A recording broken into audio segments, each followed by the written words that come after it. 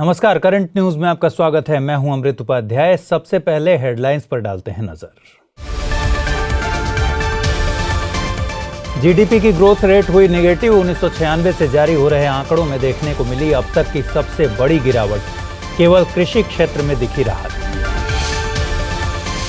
Global innovation index 2020 हुआ जारी। Top 50 में शामिल हुआ भारत। स्विट्जरलैंड पहले स्थान पर काबिज। एजीआर के मसले पर सुप्रीम कोर्ट का आया फैसला। टेलीकॉम फर्म्स 10 सालों में चुका सकेंगी अपने ड्यूज। एजीआर कैलकुलेशन की परिभाषा पर आमने सामने थे सरकार और कंपनियां। मिशन कर्मयोगी को मिली मंजूरी। सिविल सेवकों में क्षमता निर्माण है मकसद। आई गॉट कर्मयोगी प्लेटफॉर्म से संचालित होंगे कार्यक्रम। और दिव्यांगों के सामाजिक न्याय के लिए यूएन ने जारी की गाइडलाइंस। 10 सिद्धांतों के जरिए पूरा होगा सामाजिक न्याय। UN convention on rights of persons with disabilities में शामिल है भारत।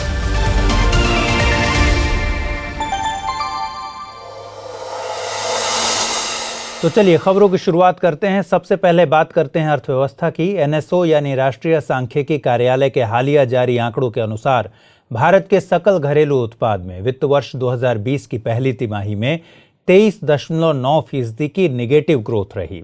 1996 से जारी हो रहे तिमाही आंकड़ों की रिपोर्ट में यह अब तक का सबसे बड़ा कॉन्ट्रैक्शन है। इसके अलावा इस वित्त वर्ष की पहली तिमाही के लिए जीवीए यानी ग्रॉस वैल्यू एडेड वृद्धि दर में भी 22.8% की गिरावट आई है। एनएसओ सांख्यिकी और कार्यक्रम कार्यान्वयन मंत्रालय के अंतर्गत काम करता है। अगर आंकड़ों का विश्लेषण करें तो केवल कृषि क्षेत्र ने 3.4% की सकारात्मक वृद्धि दिखाई है। सबसे अधिक कॉन्ट्रैक्शन कंस्ट्रक्शन के क्षेत्र में 50.3% का रहा, जबकि व्यापार, होटल और अन्य सेवाओं के क्षेत्र में 47%, मैन्युफैक्चरिंग के क्षेत्र में 39.3% और खनन के क्षेत्र में 23% का कॉन्ट्रैक्शन देखा गया है। गौरतलब है कि अर्थव्यवस्था में सकल घरेलू उत्पाद की वृद्धि निजी खपत, निजी क्षेत्र के व्यवसायों द्वारा निवेश, सरकार और निर्यात द्वारा उत्पन्न मांग के ऊपर निर्भर करती है। आंकड़ों के मुताबिक निजी खपत में 27%, तो वहीं निजी क्षेत्र के व्यवसायों द्वारा निवेश में 47% की गिरावट आई है। हालांकि शुद्ध निर्यात मांग इस तिमाही में पॉजिटिव रही, लेकिन इसके पीछे का कारण आयात में हुई कमी रही। सरकार द्वारा मांग में 16% का इजाफा देखा गया, पर यह अन्य क्षेत्रों में मांग के नुकसान की भरपाई के लिए पर्याप्त नहीं था। बीते दिनों ग्लोबल इनोवेशन इंडेक्स 2020 यानी GII 2020 जारी किया गया है। इसे कॉर्नेल यूनिवर्सिटी, इनसीड और विपो के द्वारा तैयार किया गया है। GII 2020 को हु विल फाइनेंस इनोवेशन के मुद्दे को शामिल करते हुए पेश किया गया है। इंडेक्स को CII यानी कन्फेडरेशन ऑफ इंडियन इंडस्ट्री और विपो यानी वर्ल्ड इंटेलेक्चुअल प्रॉपर्टी ऑर्गेनाइजेशन ने संयुक्त रूप से लॉन्च किया। इंडेक्स 2020 में भारत अंडर 50 में 48वीं रैंक के साथ जगह बनाने में कामयाब रहा है। 2019 में भारत को 52वीं रैंक हासिल हुई थी। भारत ने ICT सर्विसेज के निर्यात, सरकारी ऑनलाइन सेवाएं, साइंस एंड इंजीनियरिंग ग्रेजुएट्स और वैश्विक कंपनियों में रिसर्च एंड डेवलपमेंट जैसे क्षेत्रों में काफ़ी अच्छा प्रदर्शन किया। वहीं स्विट्जरलैंड पहले, स्वीडन दूसरे और USA तीसरे स्थान पर काबिज हैं। दूसरी तरफ चीन लगातार दूसरी बार 14वीं रैंक पाने में सफल रहा। चीन मिडिल इनकम इकोनॉमीज में से इकलौता देश है जो अंडर 30 रैंक में शामिल है।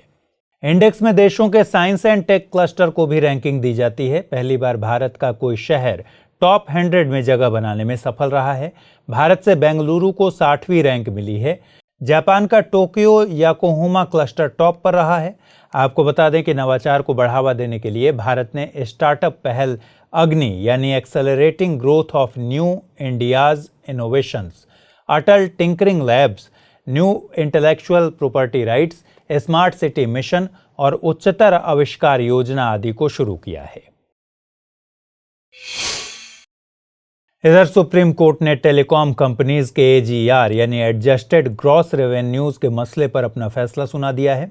अब टेलीकॉम फर्म्स मसलन वोडाफोन आइडिया, भारती एयरटेल और टाटा टेली सर्विसेज अपने AGR संबंधी ड्यूज को 10 सालों में चुका सकेंगी। कंपनियां ये ड्यूज DOT यानी डिपार्टमेंट ऑफ टेली कम्युनिकेशंस को कुछ शर्तों के साथ चुकाएंगी। हालांकि इसका 10% 31 मार्च 2021 तक चुकाना होगा। एजीआर की अवधारणा को समझने के लिए इसके बैकग्राउंड को देखते हैं। टेलीकॉम सेक्टर को नेशनल टेलीकॉम पॉलिसी 1994 के तहत उदार बनाया गया था। इसमें कंपनियों को एक निश्चित लाइसेंस फीस के बदले लाइसेंस जारी किए जाते थे। 1999 में सरकार ने कंपनियों को भारी भरकम लाइसेंस फीस से निजात देने के लिए रेवेन्यू शेयरिंग मॉडल का विकल्प दिया। इस मॉडल में कंपनियों को अपने एजीआर का हिस्सा एनुअल लाइसेंस फीस और स्पेक्ट्रम यूजेज चार्जेस के तौर पर देना होता था। लेकिन टेलीकॉम कंपनियों और डीओटी के बीच एजीआर की परिभाषा को लेकर विवाद हो गया। डीओटी का दावा था कि एजीआर में टेलीकॉम और नॉन टेलीकॉम दोनों तरह की सेवाओं के रेवेन्यू को शामिल किया जाए, जबकि कंपनियां चाहती थीं कि एजीआर में केवल कोर टेलीकॉम सर्विसेज के रेवेन्यू को शामिल किया जाए। साल 2005 में सेलुलर ऑपरेटर्स एसोसिएशन ने सरकार के एजीआर कैलकुलेशन की परिभाषा को चुनौती दी थी। 2015 में टीडीसैट यानी telecom dispute settlement and appellate tribunal ने टेलीकॉम कंपनियों के हक में ही फैसला दिया था, लेकिन अक्टूबर 2019 में सुप्रीम कोर्ट ने अपने निर्णय में सरकार की एजीआर की परिभाषा को ही बनाए रखा और टेलीकॉम कंपनियों को 3 महीने में ड्यूज क्लियर करने का आदेश दिया था। इस पर सरकार ने टेलीकॉम कंपनियों के ऊपर बढ़ते दबाव का हवाला दिया और कोर्ट से ड्यूज क्लियर करने के लिए 20 ईयर फॉर्मूला का सुझाव दिया था। कोर्ट का हालिया फैसला इसी कड़ी में आया है। वाणिज्य और उद्योग मंत्रालय ने अपनी तरह का पहला जीआईएस इनेबल्ड राष्ट्रीय भूमि बैंक पोर्टल लॉन्च किया है। यह पोर्टल निवेशकों को राज्यों की भूमि पर विभिन्न परियोजनाओं को शुरू करने में मदद करेगा। पोर्टल पर भारत के 3,275 औद्योगिक क्लस्टर्स में से लगभग 4.2 लाख हेक्टेयर भूमि का मानचित्रण किया गया है। इसमें से लगभग 1.13 लाख हेक्टेयर भूमि निवेशकों के लिए उपलब्ध है। दरअसल वैश्विक स्तर पर चीन विरोधी भावना में हो रही वृद्धि को ध्यान में रखते हुए निवेशकों को आकर्षित करने में यह कदम फायदेमंद हो सकता है। पोर्टल के द्वारा निवेशकों को विभिन्न औद्योगिक बेल्टों में लॉजिस्टिक, भूमि, रेल और हवाई संपर्क, tax incentive, drainage system, power supply और कच्चे माल की उपलब्धता के विवरण भी मुहैया कराए जाएंगे। फिलहाल 6 राज्यों के औद्योगिक बेल्ट के बारे में व्यापक जानकारी पोर्टल पर उपलब्ध है। पोर्टल पर भूमि की उपलब्धता का व्यापक विवरण 31 राज्यों और केंद्र शासित प्रदेशों के लिए उपलब्ध है। मंत्रालय के मुताबिक यह पोर्टल केवल एक प्रोटोटाइप है और इसे राज्यों के इनपुट के साथ आगे और विकसित किया जाएगा। लैंड बैंक में सार्वजनिक या निजी संगठन द्वारा भविष्य में विकास या विवाद निपटान के लिए भूमि का बड़ा हिस्सा रखा जाता है। इससे किसी भी परियोजना को शुरू करने के मद्देनजर निवेशकों को भूमि अधिग्रहण की समस्या से छुटकारा मिल जाता है। बीते दिनों जीएसटी यानी गुड्स एंड सर्विसेज टैक्स परिषद ने जीएसटी कंपनसेशन को लेकर बैठक की। इसमें सेस कलेक्शन में गिरावट और केंद्र द्वारा राज्यों को जीएसटी इंप्लीमेंटेशन की क्षतिपूर्ति के मुद्दे पर चर्चा की गई। दरअसल वित्त मंत्रालय के मुताबिक राज्यों को इस साल 3 लाख करोड़ रुपए के जीएसटी राजस्व अंतर का सामना करना पड़ सकता है। केंद्र ने कोविड-19 के कारण अर्थव्यवस्था में हुए कॉन्ट्रैक्शन को इसकी वजह बताया है। कोविड-19 को वित्त मंत्री निर्मला सीतारमण ने अप्रत्याशित एक्ट ऑफ गॉड कहा है। आपको बता दें कि जीएसटी कानून में जीएसटी लागू होने के पहले 5 वर्षों यानी 2022 तक सभी राज्यों को जीएसटी की वजह से राजस्व के नुकसान की भरपाई का प्रावधान है। इस राजस्व नुकसान की भरपाई सिन और लग्जरी गुड्स पर लगाए गए सेस का उपयोग करके किए जाने की व्यवस्था है। सिन गुड्स ऐसे अहितकर सामानों को कहा जाता है जिनसे स्वास्थ्य आदि को नुकसान पहुंचता है। सिन गुड्स में सिगरेट, तंबाकू, पान मसाला, शराब, जंक फूड, गैस युक्त पेय पदार्थ आदि को रखा जाता है।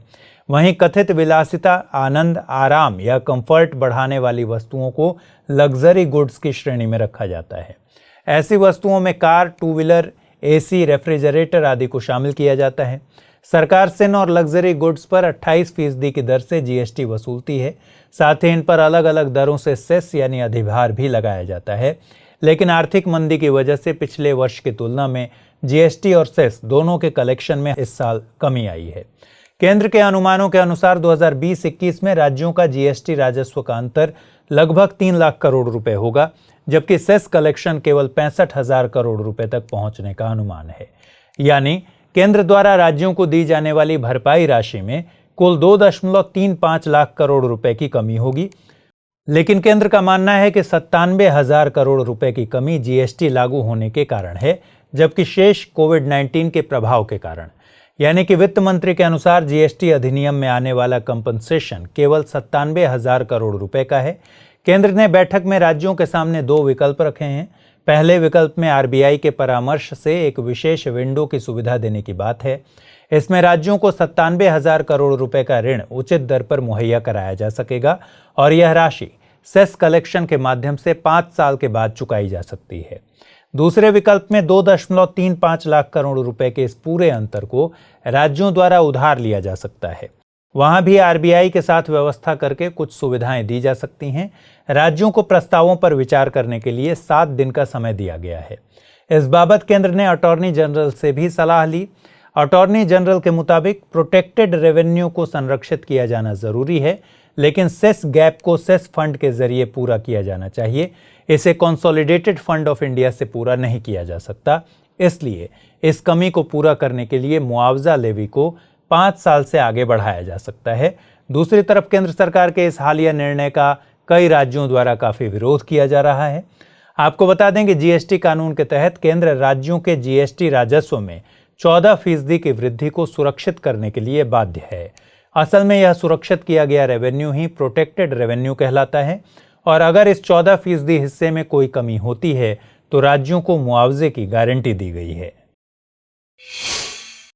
इधर आरबीआई ने बाजार की स्थिति को बेहतर करने के लिए कई उपायों की घोषणा की। इन उपायों में सरकारी बॉन्ड में 2 विशेष ओएमओ यानी ओपन मार्केट ऑपरेशंस और बैंकों के लिए स्टैट्यूटरी लिक्विडिटी रेशियो के तहत एसटीएम यानी हेल्ड टू मैच्योरिटी प्रतिभूतियों की सीमाओं में बढ़ोतरी की गई है।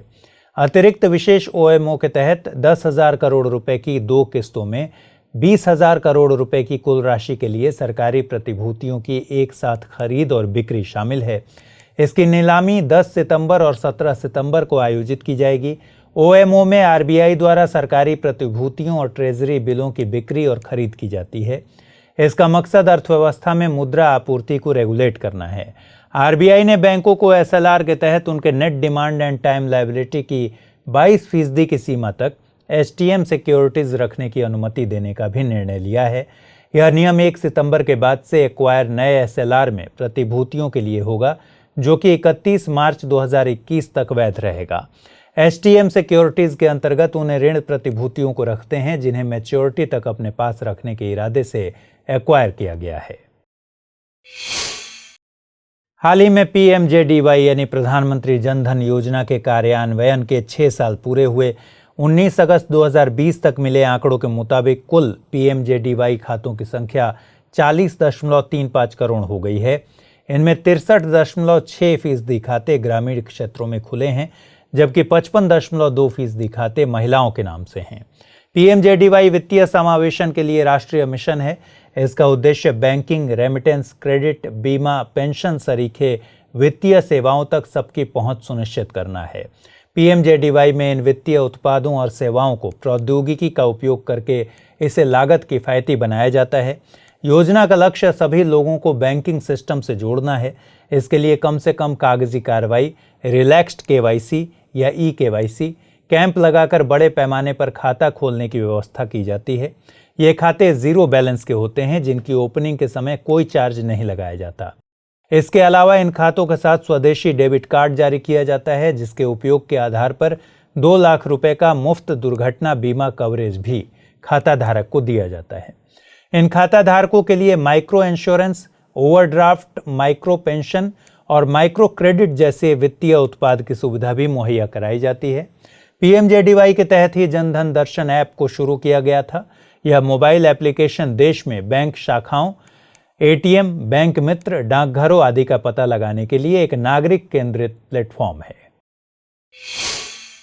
केंद्रीय कैबिनेट ने मिशन कर्मयोगी सिविल सेवाओं की क्षमता निर्माण के लिए राष्ट्रीय कार्यक्रम को मंजूरी दी है। इसमें 4 संस्थागत फ्रेमवर्क शामिल हैं: prime ministers public human resources council, capacity building commission, special purpose vehicle for owning and operating the digital assets and the technological platform for online trading और कोऑर्डिनेशन यूनिट जिसकी अध्यक्षता कैबिनेट सेक्रेटरी करेंगे। Mission कर्मयोगी का मकसद भारतीय civil सेवकों को रचनात्मक, कल्पनाशील, नवाचारी, पारदर्शी और तकनीक के साथ सहज बनाना है, जिससे वे उच्च मानकों की सेवाएं मुहैया करा सकें। मिशन में नियम आधारित से भूमिका आधारित बदलाव किया जाएगा। मसलन पद की जरूरत और सिविल सेवकों की क्षमता को मैच किया जाएगा। ऑफ साइट लर्निंग को पूरा करने के लिए ऑन साइट लर्निंग को भी महत्व दिया जाएगा। Prime ministers public human resources council में कुछ चुने हुए केंद्रीय मंत्री, मुख्यमंत्री, प्रसिद्ध public HR thinkers, global thought leaders और पब्लिक सर्विस फंक्शनरीज प्रधानमंत्री की अध्यक्षता में शामिल होंगे।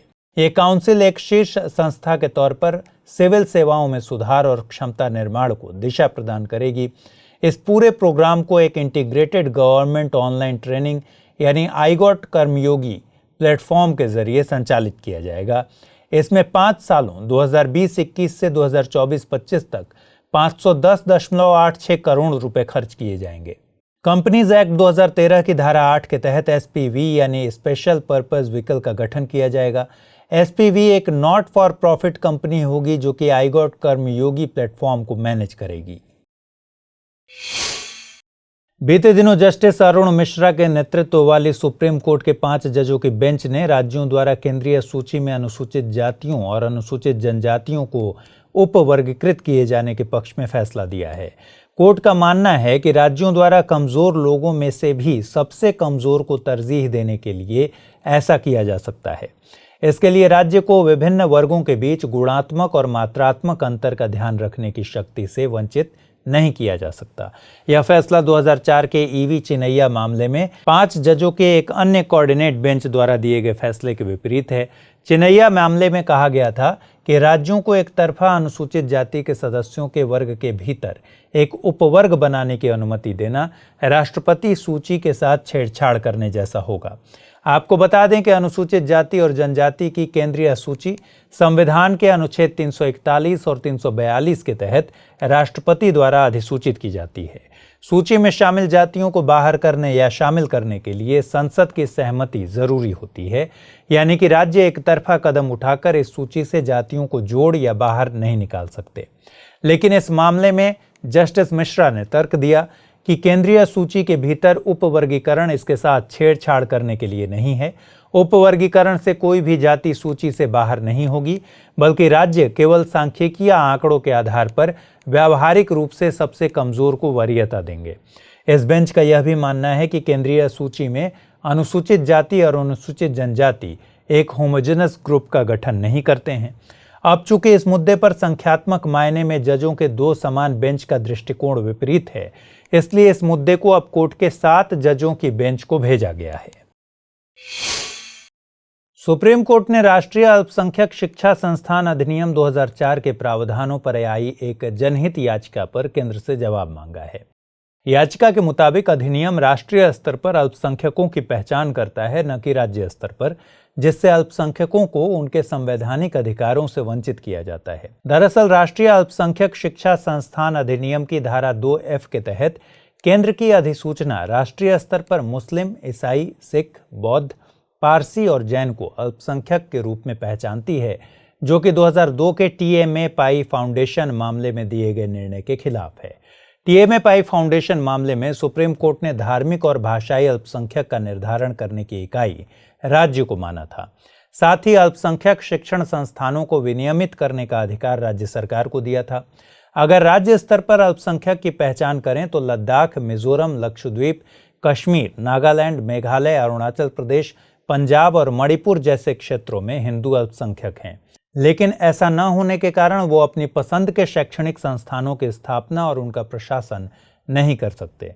ऐसे में यह अनुच्छेद 29 और 30 के तहत मिले उनके मूल अधिकारों का हनन है।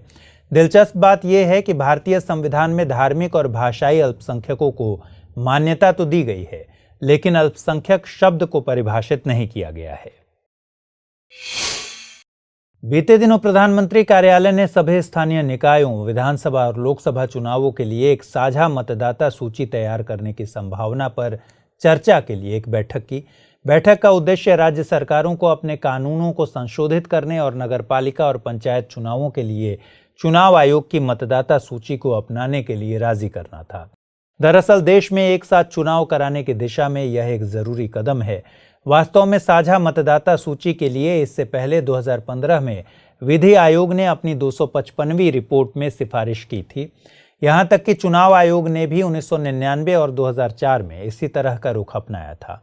आपको बता दें कि संविधान के अनुच्छेद 243 और 243 राज्यों में पंचायतों और नगरपालिकाओं के चुनाव से संबंधित हैं।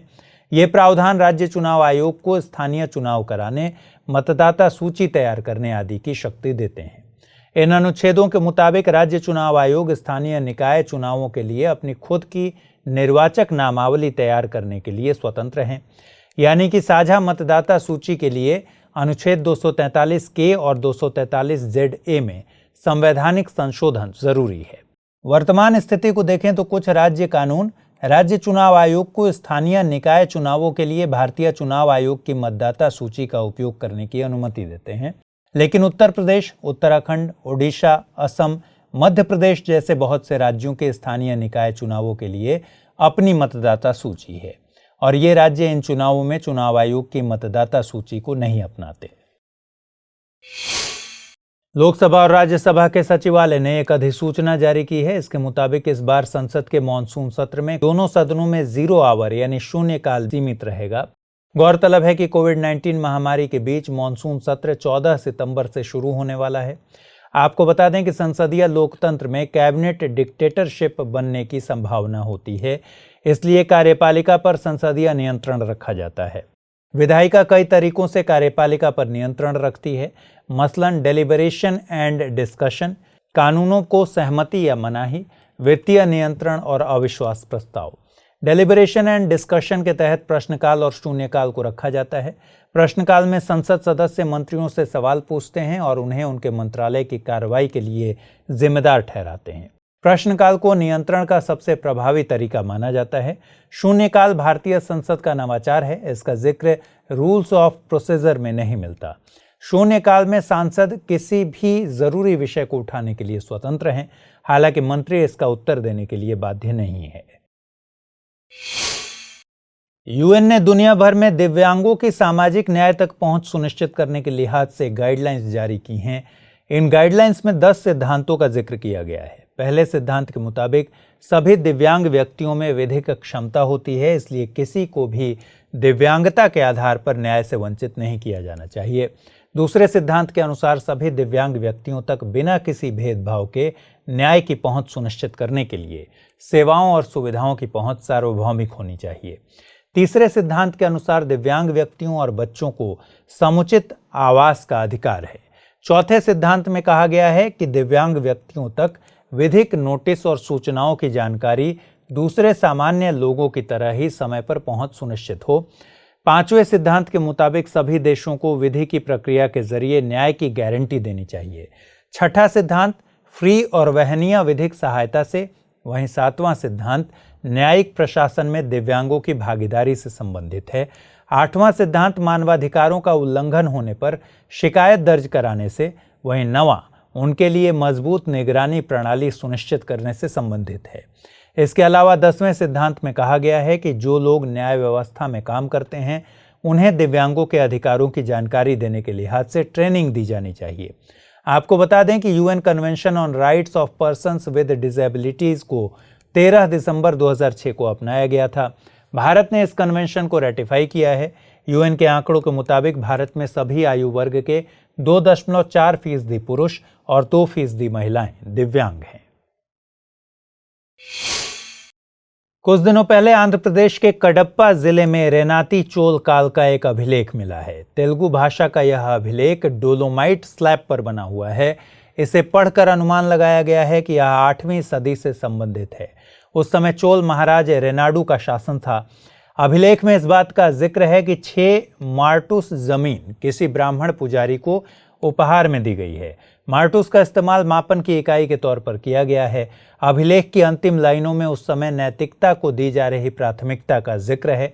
आपको बता दें कि जुलाई 2020 में आर्कियोलॉजिकल सर्वे ऑफ इंडिया ने रेनाती चोलों की राजधानी के संबंध में एक ऐतिहासिक खोज की थी। इस खोज ने दशकों पुराने इस सिद्धांत को खारिज किया था कि रेनाती चोलों की राजधानी कर्नाटक थी। नई खोज के मुताबिक रेनाती चोलों की राजधानी आंध्र प्रदेश के कडप्पा जिले के वर्तमान कमला नगर क्षेत्र में स्थित थी। रेनाती चोलों ने ही पहली बार प्रशासन और अभिलेखों की भाषा में संस्कृत के बजाय तेलुगु का प्रयोग किया था। हाल ही में अमेरिका के दक्षिण पश्चिम लुसियाना में हरिकेन लॉरा ने भयंकर तबाही मचाई। कैटेगरी 4 के इस उष्णकटिबंधीय तूफान की गति 250 किलोमीटर प्रति घंटे आंकी गई। आपको बता दें कि उष्णकटिबंधीय चक्रवात या हरिकेन्स गर्म और नम हवा की मौजूदगी में बनते हैं, इसलिए इनकी उत्पत्ति भूमध्य रेखा के आसपास गर्म समुद्र में होती है। जब गर्म और नम हवा समुद्र की सतह से ऊपर की ओर उठती है तो यह निम्न वायुदाब का क्षेत्र बनाती है। इस जगह को आसपास के क्षेत्रों से हवा आकर भरती है, जो कि खुद गर्म और नम होने के बाद फिर से ऊपर उठती है। ऊपर उठती हुई गर्म हवा तापमान में कमी की वजह से ठंडी होती जाती है, जिससे कि हवा में मौजूद नमी से बादल बनने लगते हैं। पृथ्वी के घूमने के कारण भूमध्य रेखा के उत्तर की ओर बनने वाले तूफान की दिशा एंटी क्लॉकवाइज होती है, जबकि दक्षिण की ओर इनकी दिशा क्लॉकवाइज होती है। अटलांटिक महासागर या पूर्वी प्रशांत महासागर के ऊपर बनने वाले उष्णकटिबंधीय चक्रवातों को हरिकेन्स, जबकि उत्तर पश्चिमी प्रशांत क्षेत्र में इन्हें टाइफून कहा जाता है। बंगाल की खाड़ी या अरब सागर में बनने वाले उष्णकटिबंधीय तूफान को साइक्लोन्स कहा जाता है। तो फिलहाल इस बुलेटिन में इतना ही। खबरों को विस्तार से पढ़ने के लिए विजिट कीजिए दृष्टियाज.com को। चलते चलते डालते हैं कुछ छोटी मगर जरूरी खबरों पर नजर। भारत और रूस की नौसेना के बीच रूस के व्लादिवोस्तोक में होने वाले अभ्यास इंद्र नेवी 2020 को स्थगित कर दिया गया है। यह निर्णय कोविड-19 महामारी की वजह से लिया गया। इस साल इस अभ्यास को अब पैसिक्स यानी पैसेज एक्सरसाइज के तौर पर 4 से 5 सितंबर के बीच आयोजित किया जा रहा है। इस दौरान रूसी नौसेना के जहाज हम्बनटोटा से मलक्का स्ट्रेट्स की तरफ जाते हुए बंगाल की खाड़ी में भारतीय नौसेना के जहाजों के साथ पैसिक्स अभ्यास करेंगे। यह एक प्रकार का नॉन कॉन्टैक्ट अभ्यास होगा। इस महीने उत्तरी चीन के एक मेडिकल स्कूल के बाहर भारतीय डॉक्टर द्वारकानाथ कोटनिस की कांस्य प्रतिमा का अनावरण किया जाएगा। कोटनिस द्वितीय विश्व युद्ध और चीनी क्रांति के दौरान अपने योगदान के लिए चीन में प्रतिष्ठित हैं। महाराष्ट्र के शोलापुर के रहने वाले कोटनिस को द्वितीय विश्व युद्ध के दौरान चीनियों की मदद करने के लिए भारतीय राष्ट्रीय कांग्रेस द्वारा चीन भेजा गया था। बाद में 1942 में वह कम्युनिस्ट पार्टी ऑफ चाइना में शामिल हो गए थे। बीते दिनों जापान के प्रधानमंत्री शिंजो अबे ने प्रधानमंत्री पद से इस्तीफा की घोषणा की। शिंजो अबे ने इस्तीफे की वजह खराब स्वास्थ्य को बताया है। दरअसल वो बहुत समय से अल्सरेटिव कोलाइटिस की समस्या से जूझ रहे हैं। शिंजो अबे जापान के सबसे लंबे कार्यकाल वाले प्रधानमंत्री हैं। बीते दिनों केंद्रीय इलेक्ट्रॉनिक्स और सूचना प्रौद्योगिकी मंत्रालय ने चुनौती यानी नेक्स्ट जनरेशन स्टार्टअप चैलेंज प्रतियोगिता का शुभारंभ किया। इस प्रतियोगिता का उद्देश्य स्टार्टअप्स और सॉफ्टवेयर उत्पादों को और बढ़ावा देना है। केंद्र ने इस प्रोग्राम के लिए 3 वर्षों की अवधि में 95.03 करोड़ रुपए का बजट आवंटन कर रखा है। इसका लक्ष्य कुछ चुनिंदा क्षेत्रों में लगभग 300 स्टार्टअप्स की पहचान करना और उन्हें अन्य सुविधाओं के साथ साथ 25 लाख रुपए बतौर सीड फंड मुहैया कराना है। राष्ट्रीय स्वास्थ्य प्राधिकरण ने राष्ट्रीय डिजिटल स्वास्थ्य मिशन के अंतर्गत स्वास्थ्य डेटा प्रबंधन नीति का ड्राफ्ट पब्लिक डोमेन में जारी किया है। ड्राफ्ट 3 सितंबर तक सार्वजनिक टिप्पणियों और प्रतिक्रिया के लिए उपलब्ध रहा। ड्राफ्ट का उद्देश्य भारत में राष्ट्रीय डिजिटल स्वास्थ्य इकोसिस्टम बनाना है। बीते दिनों अफ्रीका क्षेत्रीय प्रमाणन आयोग ने WHO अफ्रीकी क्षेत्रों को वाइल्ड पोलियो मुक्त घोषित किया है। इन क्षेत्रों में पिछले 4 साल में वाइल्ड पोलियो का एक भी मामला नहीं पाया गया है। अब दुनिया की 90% से अधिक आबादी वाले 6 में से 5 WHO क्षेत्र वाइल्ड पोलियो वायरस से मुक्त हैं। वर्तमान में केवल 2 देशों पाकिस्तान और अफगानिस्तान में वाइल्ड पोलियो वायरस का प्रसार जारी है। हाल ही में केंद्रीय कोयला और खान मंत्री प्रहलाद जोशी ने कोल गैसीकरण और द्रवीकरण पर एक वेबिनार को संबोधित किया। वेबिनार में प्रहलाद जोशी ने कोल गैसीकरण के क्षेत्र में 4 लाख करोड़ रुपए के निवेश के साथ 2030 तक 100 मिलियन टन कोल गैसीकरण के भारत के लक्ष्य का जिक्र किया। इसके अलावा उन्होंने सरकार द्वारा ईंधन के स्वच्छ स्रोतों के उपयोग को प्रोत्साहित करने के लिए गैसीकरण के लिए इस्तेमाल होने वाले कोयले की राजस्व हिस्सेदारी पर दी जाने वाली 20% की रियायत के बारे में भी बताया। बीते दिनों 17वें आसियान भारत आर्थिक मंत्रियों के परामर्श का आयोजन किया गया। भारत और वियतनाम ने आयोजन की सह अध्यक्षता की। बैठक में सभी 10 आसियान देशों Brunei, Cambodia, Indonesia, Laos, Malaysia, Myanmar, Philippines, Singapore, Thailand और वियतनाम के व्यापार मंत्रियों ने हिस्सा लिया। बैठक की चर्चा एटीगा यानी ASEAN India trade in goods agreement की समीक्षा पर केंद्रित रही। दरअसल आसियान इंडिया बिजनेस काउंसिल ने अपनी रिपोर्ट में एटीगा की समीक्षा करने की सिफारिश की थी। एटीगा जनवरी 2010 से लागू हुआ था। इसके मुताबिक दोनों व्यापारिक भागीदारों को दोनों क्षेत्रों के बीच होने वाले कारोबार के अधिक से अधिक वस्तुओं पर एक निर्धारित समय सीमा तक ड्यूटीज को समाप्त करना है। कर्नाटक में बेंगलुरु के पास नेलामंगला और महाराष्ट्र के शोलापुर के पास बाले के बीच दक्षिण पश्चिम रेलवे की पहली रोरो सेवा की शुरुआत की गई है। रोरो यानी रोल ऑन रोल ऑफ विभिन्न कमोडिटीज से लदे सड़क वाहनों को खुले फ्लैट रेलवे वैगनों पर ले जाने की एक अवधारणा है। रोरो सेवाएं सड़क और रेल परिवहन की सर्वोत्तम विशेषताओं का संयोजन है। इससे न्यूनतम हैंडलिंग के साथ डोर टू डोर सेवा उपलब्ध कराई जा सकती है। रोरो सेवाओं से समय की बचत, ट्रैफिक की समस्या से छुटकारा और ईंधन की बचत सरीखे फायदे भी हैं। और CSIR-CMERI ने विश्व का सबसे बड़ा सोलर ट्री विकसित किया है। इसे CSIR-CMERI की आवासीय कॉलोनी दुर्गापुर में स्थापित किया गया है। सोलर ट्री की स्थापित क्षमता 11.5 किलोवाट पीक से ऊपर है, यानी कि इसमें स्वच्छ और हरित ऊर्जा की 12,000 से 14,000 यूनिट उत्पन्न करने की वार्षिक क्षमता है। सोलर ट्री को इस तरह डिजाइन किया गया है कि इसके प्रत्येक पैनल को अधिक से अधिक सूर्य का प्रकाश मिल सके। हमारी टीम कोशिश करती है कि आपको दी गई खबरों में एक भी गलती ना हो, लेकिन यदि किसी सोर्स या ह्यूमन एरर की वजह से ऐसी गलती हो जाती है तो इस वीडियो के कमेंट बॉक्स में उस गलती को सुधार कर पिन कर दिया जाता है और यह आपको कमेंट बॉक्स में सबसे ऊपर दिखाई देता है।